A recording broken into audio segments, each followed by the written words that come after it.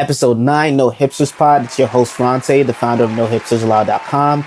This week, our co-host is creative director and photographer, Dio. Hey, what's up, Ronte? How are you, brother? I'm chilling. Tell us a little bit about yourself. Just a photographer trying to do it for the people. Okay. Someone who's creative, someone who's trying to share our stories. I mean, there's just so much going on in our world that hasn't been shared or identified or has been looked over. So, it's up to me to share the African story, the Black American story, the immigrant story, all the stories that are untold. And I'm just glad I'm able to do that through photography and working with dope people like yourself. Oh, nice. Yeah, man. Appreciate that. So let's get to the topics. A lot's happened in the last couple of days. The first thing will be actually the Tekashi 6ix9ine situation, which happened really just a couple of hours ago. So Tekashi got out of prison, by finessing the system with the coronavirus situation. And so now he is a free man. And freedom! Yep. And today actually happens to be his birthday, May 8th. And so he hopped on IG Live and broke the viewership record. 2 million people tuned in to watch him talk shit for like 20 minutes. I done threw my name in the dirt, yo, rat, bitch, fucking. Y'all didn't go through what I went through, and I still came home, and I'm a legend at the age of 24 years old because I came home and the rat is doing more numbers than you. I would be mad too. I wouldn't be able to sleep at night. That was crazy, right? Yeah, it's crazy. Were you on there? I didn't go on there. Someone sent it to me, and I was like, "Whoa, people really care what this guy has to say." So. I didn't think that many people cared. So yeah, like he was on there explaining why he snitched and how like he had to, and said all the things you would expect. I want to say that I'm sorry to my fans because you know what? It wasn't worth it. It wasn't, and I'm gonna tell you what. If there is a street code, right? If there is a street code and there's something so-called as loyalty and everything and no snitching and all of that, I get it, right? But where was the loyalty when you was sleeping with my baby mother? Where was the loyalty when you was caught on the wiretap trying to kill me? Where was the loyalty when you tried to kidnap my mother? Where was the loyalty when you was stealing millions of dollars from me? Where was that? So who broke it first? What's your take on the whole situation? This guy, I didn't even think this guy would be around this long. But the matter of relevance now compared to what it is back in the day is a lot different. You could not have a popping song now and still be a relevant character. And, the guy is just a character because of all the things that are surrounding him. So his music doesn't have to be popping right now. But essentially, the news is just revolving around you while you're inside and you're finally out. Yeah, everybody wants to hear what you have to say. And he's controversial. I mean, this is the same dude that was on the Breakfast Club chatting nonsense, chatting crazy. Yes, I did watch that interview. And and it just gave me an insight into just, this is just a young dude from New York who is making a lot of money, man. So, right. He's just doing whatever he has to do. Yeah, and he's actually particularly polarizing. And this was even prior to the whole prison sentence. But I think post snitch, he's become like really, really, really like, dare I say toxic as far as like how people view him. And Meek Mill has spent the entire day tweeting about him, which I think is a problem. I didn't know that, really? Yeah, literally all day, and it's actually quite pathetic. But he gets a reaction on people, and I think that's sort of his magic because I don't know that we've seen anything like this, in recent times where someone just gets people this angry and just wants, either people really love him or really, really hate him. And it's like a really passionate type of hatred. Like Meek Mill has been all day. Like Meek Mill literally posted a clip of some other guy who was murdered for snitching. Whoa. Right. It's really kind of like crazy. So think about it like this, Ron. Say the guy is inside, right? He's inside jail. His countdown to his release is coming. He already knows that to become relevant again, he has to start stirring up some stuff. It's all marketing and branding, right? So then they say, yo, get on live. Everybody's on live right now with the corona. Get on and talk your stuff. He hasn't talked to anybody. We have the ability to create our own narrative. And instead of like being interviewed by like Complex or something crazy, he's like, look, let me just talk to the people. Right. And then, when you start rubbing people the wrong way, they in turn start shouting you out without you even realizing it. So all the stuff Meek Mill is doing is just giving the dude more money. Definitely. Like, he's definitely getting people to talk. Apparently his video that he dropped today is also breaking records on YouTube. So he's the biggest he's ever been. And I mean, I'm not going to say that I like his music, but his music is not bad. I mean, it's just. Are you bumping Tekashi 6ix9ine in your house while you're just chilling? I mean, not while I'm chilling. I mean, I wouldn't like just play it randomly, but like when I give it a chance, especially when I want to like make a post on the blog, you know, I listen to the artist and just see if it's any good. And the one he dropped today, Gooba, is actually not bad. So 50 was in the news this week. He had, I was going to say sat down for an interview, but that's clearly impossible. He hopped on IG Live with Lathan, and they talked about all of his troubles with his baby's mother and his son, Marquise. And it got really, 50 was more vulnerable than I think you've ever seen. He was asked if he loves his son, and he gave a really, really surprisingly honest answer. Fifth, you love your son? I used to. You ask yourself how long, a complicated question would say, how long can you love something that don't love you back? I was kind of taken by the answer. And Same here. Actually, as a dad yourself, right. How did you react to that? Well, when first of all, when you have a child, bro, it's like, okay, I am responsible for you being here. I brought you here. You didn't even ask for this. Because of what I did, you became. Shout out to God. I mean, it's been ordained through God, but you feel me? Like, you were made by me. So to reject something that you made, or to have that position, it's kind of cringeworthy almost. What you see like deadbeat dads and stuff like that growing up, and you think you understand it, but until you're a father yourself, you literally look at it in a completely different light. Like, who are these people that claim to be men who aren't handling business or not doing what's right as far as raising the next generation? And it's really frustrating because even if his son's in like the best position in the world, right, he's going to have a whole bunch of money, he's good or set forever.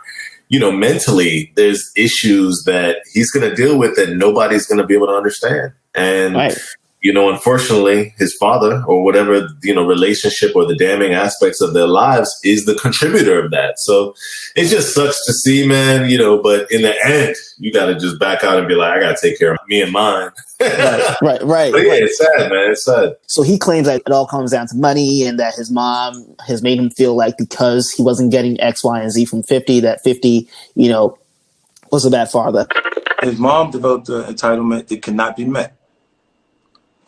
Filtering that energy through his actual personal interests.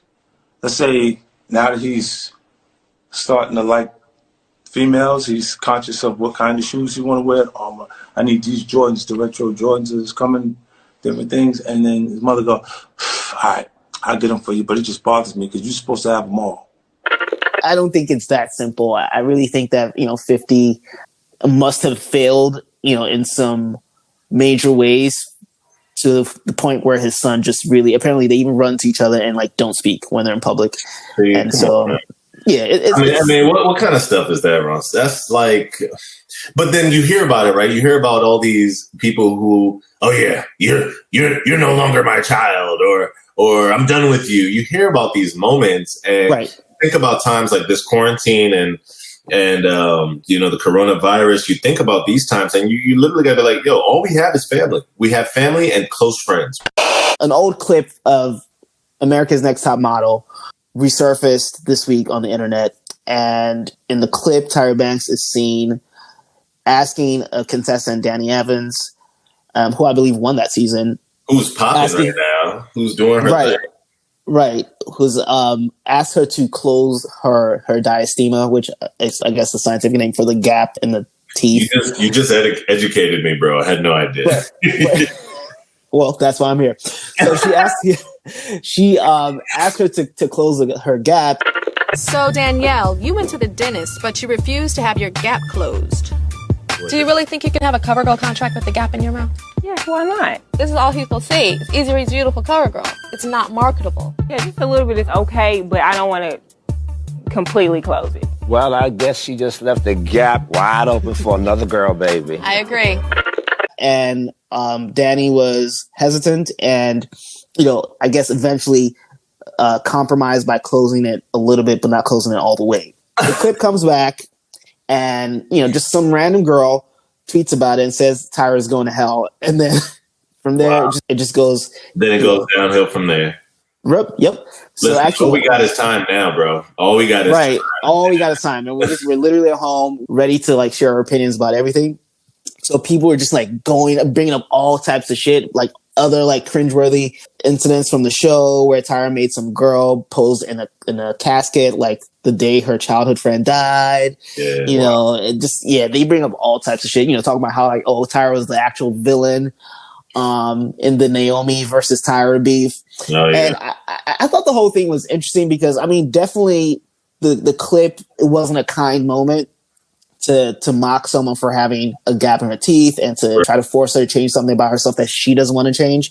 Right. But I think we are now in this, and I think we've been there for a few years now, where we just take things that happened a long time ago and then we're looking at them through 2020 lenses. Mm-hmm. And I don't know that we always are doing the right thing. It's okay to call it out, but to completely condemn her for Tyra Banks for that one thing that she did, because I think the whole point is that she's supposed to be a tough critic, and maybe there was a kind of way of doing it, but I just think people are going to certain extremes that maybe aren't necessary. So I was wondering what your take.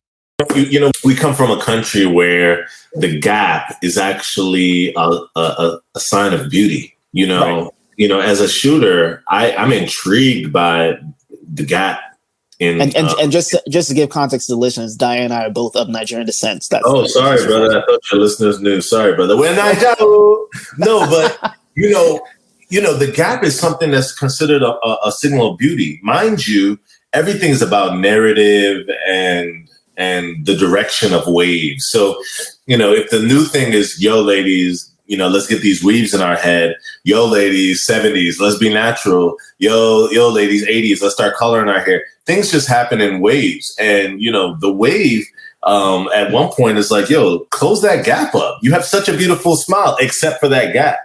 Right. So, in our country, it's the adverse. So as a photographer, I make sure to speak truth into those type of moments, right?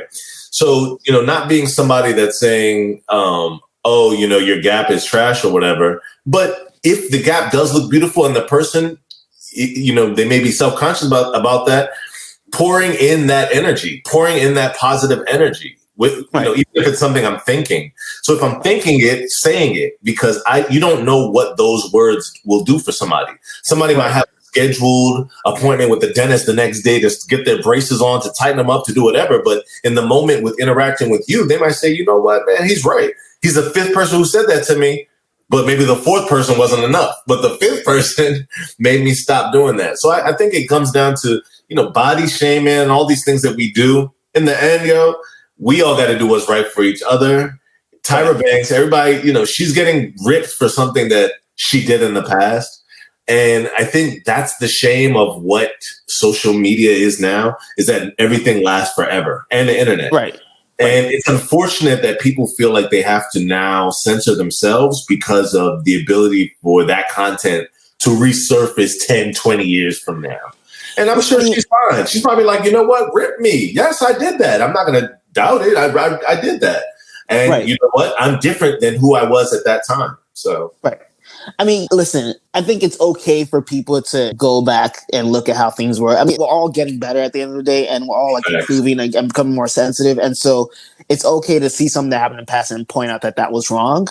But I just think they're acting like everything she's ever done is terrible because of that one moment. And I don't know that that's necessarily correct. It's been a terrible, terrible year so far. And this last week, we've had 2 shootings in the headlines. And I almost want to talk about it, and actually avoided these stories for a while before I actually read the details, because I think you almost become desensitized to seeing people get killed, and killed without anyone being punished. And I'm not sure that's entirely healthy, to just see people who essentially look like you get gunned down, and oftentimes gunned down on camera, which the Ahmaud Arbery man was on camera, was shot with someone filming, and it took them almost 3 months to finally arrest anyone. The two murderers were arrested last night. Ridiculous. And what are they doing? What are you doing at home? You realize you killed somebody in cold blood. You're at home hanging out with Corona, you two. You know that you've done this. Like, what is going on? Where are their friends? Are their friends saying, "Hey, you guys going to turn this?" I think they were made to believe that they got away with it. I think a district attorney might have reviewed everything and figured, oh yeah, this was a lawful killing, essentially. And so these men, thought they were fine, and nothing was wrong, because I believe the person who even shot the video was an accomplice. And so, to give you an idea how comfortable they were, they didn't get rid of the evidence of the murder. So, wow. It's.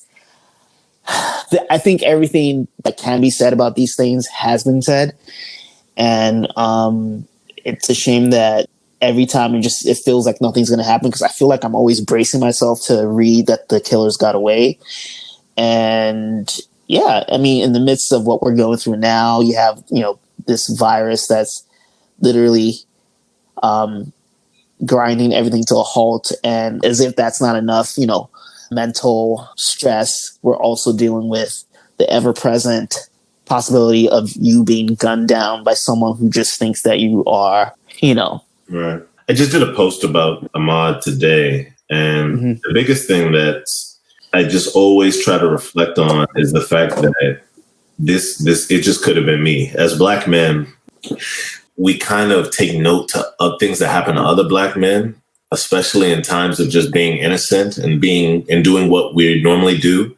But unfortunately, even when we're doing normal activities, our normal activities are sometimes questioned by people who don't understand us. And it really goes to show that ignorance is really scary.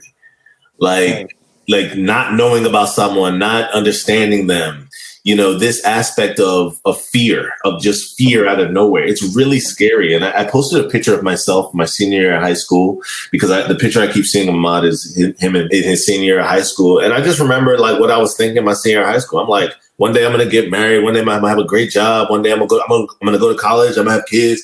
I'm going to do this. I'm going to have a great career.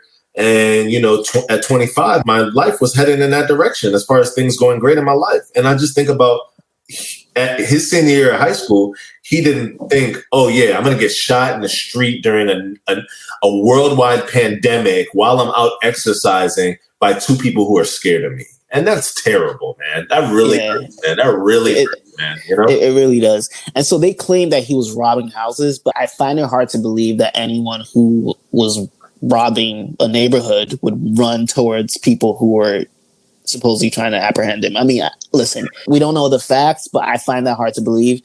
And then there's the other young man, Sean Reed, in Indianapolis, who was, I'm not sure what they said. They claim he was driving recklessly, which I still, if that is even true, I don't think that's worthy of being killed. Is that enough? Is that right? Yeah. So he actually live streamed his own death. So he was on I'm not Facebook. I'm not about this. Oh yeah. You should look that one up. So Sean Reed, who happens to be an Army vet, was streaming himself and telling someone to come get him, and he was telling people where to find him. And then he parks his car, and he's running with his phone in his hand, I believe. And then all of a sudden, you hear gunshots, and then he drops. Oh my gosh! And then the police officers come to his body, and they're making jokes about him, saying, I guess it's going to be a closed casket, homie. And, just literally joking about the person they've just killed. I can't. And it's really, I was actually hesitant to talk about these shootings because I almost, felt like it was too heavy of a topic for this podcast. But I can think of nothing else right now. And I'm glad you're talking about it, man. I mean, anybody who has a voice, as long as we let our voice be heard, it's gonna ring. It's gonna ring on somebody's ears. It's gonna ring on some deaf ears, and it's gonna ring on some ears that are willing to listen to it. Because you're right, we are getting desensitized. I mean, I'll see stuff sometimes, and I'm like, oh, not again. I can't even look at this. I can't even look at it. Right. I just want to keep moving because it's just scary. It's really scary, man. Yeah, and you almost don't want to even deal with the heartbreak of watching them get away with it. And so that's why you almost just want to shut it out and just hope it doesn't happen to you and just try to do the best you can in your own life. All right, let's talk about winners and losers for the week. So, Tyra, you're the guest host. Who are your winners and losers? Well, off top, the loser is going to be President Donald Trump. Okay. I'm gonna call him the loser of the week because I don't know. Everything this guy does is just, it's just consistent with who we thought he was. And he'll probably be my loser of the week every week. But the winner of the week, we already touched a little bit, but I'm going to say it's Ahmaud's family.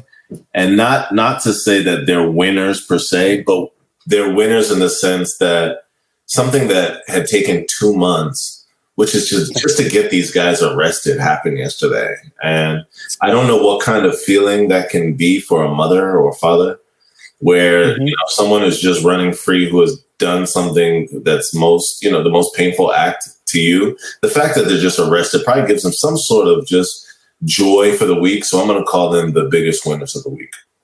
Right, for sure. And yourself, sir. Yes. So my winner will have to be Tekashi 6ix9ine. Stupid. I mean, yeah. He just has to be he's winning. Dude, those numbers. Yeah, he's winning. 2 million viewers on Instagram Live. A YouTube video that's taken off. His song is probably going to debut high on the charts.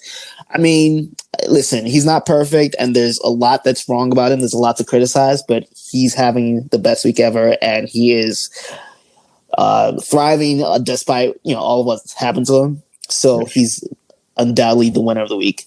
Now the loser, and actually I usually pick one loser, but last week I picked more than one, and I'm going to take that liberty again this week. Go for it.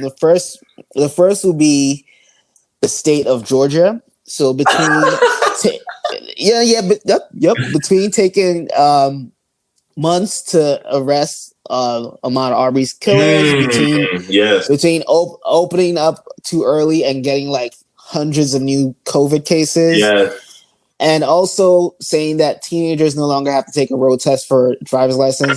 A driving test is a rite of passage for teenagers, but the coronavirus pandemic has put a hold on that in Georgia. For the time being, the state is allowing 16-year-olds to get a license without taking that road test. Come on, man. So now 20,000 teenagers have gotten licenses without a road test. I think they're clearly trying to get everybody killed. So the state of Georgia is by far the biggest loser. But that was really good. Other losers would be the state of Oklahoma, because at least 2 different fast food restaurants had to deal with guests with guns who were mad that they had to wear masks. Oklahoma City is urging folks to wear masks. The city of Stillwater says they've changed their minds after people threatened restaurant and store workers with words and firearms. Right. And so clearly something's in the air in Oklahoma as well. And Twitter also is a loser this week because Twitter. Take your L. Twitter has this new feature that asks you to consider changing your language in a tweet. What? So it's a new it's a new feature that they're piloting right now. And so mind you, it's not like using like an F word or a B word. It's like, I think you're stupid, and they actually give you a prompt. Would you like to say that differently? No, I wrote what I wrote. So it's to give a second chance to rethink what they're doing. Right, which I guess in some cases can be helpful, but it's just, I think it's odd for a social media platform that is just rife with porn, number one, and a social media platform that also had people interfering in an election and did nothing about it. And last but not the least will have to be the rapper Kaya, who thinks that she has 285 hits. So she was asked about potential IG live battles, and she wanted to go up against Trina, who she's like just obsessed with. I want somebody to do. Who want to try me like that? Who? Trina. Can't Trina stop put the hop up. You want to have a hit battle, bitch? Oh look, I got 285 hits to put on your ass, bitch. It's a special kind of delusion of grandeur. Daya, thank you so much for stopping by. Definitely hope you come back. Did you say your winner? Oh yeah, my winner is Takashi. Come on now. Okay, yeah, you did. Yeah, you forgot. I'm sorry. I know. I had so many losers. I had so many losers that you forgot. Yeah. I'm thinking about Georgia. I'll never look at Georgia the same. Good looks. Right. Oh yeah. So, Daya, thank you for stopping by. I hope you come back. Yo, this was awesome. I love what you're doing, Ronstay. You're getting Appreciate people, getting them hip, or should I say, no hip? You feel me? You're getting people focused, and I love it, man. This was awesome. Yes, appreciate it. Before we leave, plug your social media real quick. Hey, man, it's Dio, the Art Hype, TheArthype. And, man, this was awesome. This was amazing. Check out my website. If you ever need some pictures, let's do this. All right. Dio, thanks a lot. All right. Episode 9 of Hipsters Pod. See you next time. Peace. Bye.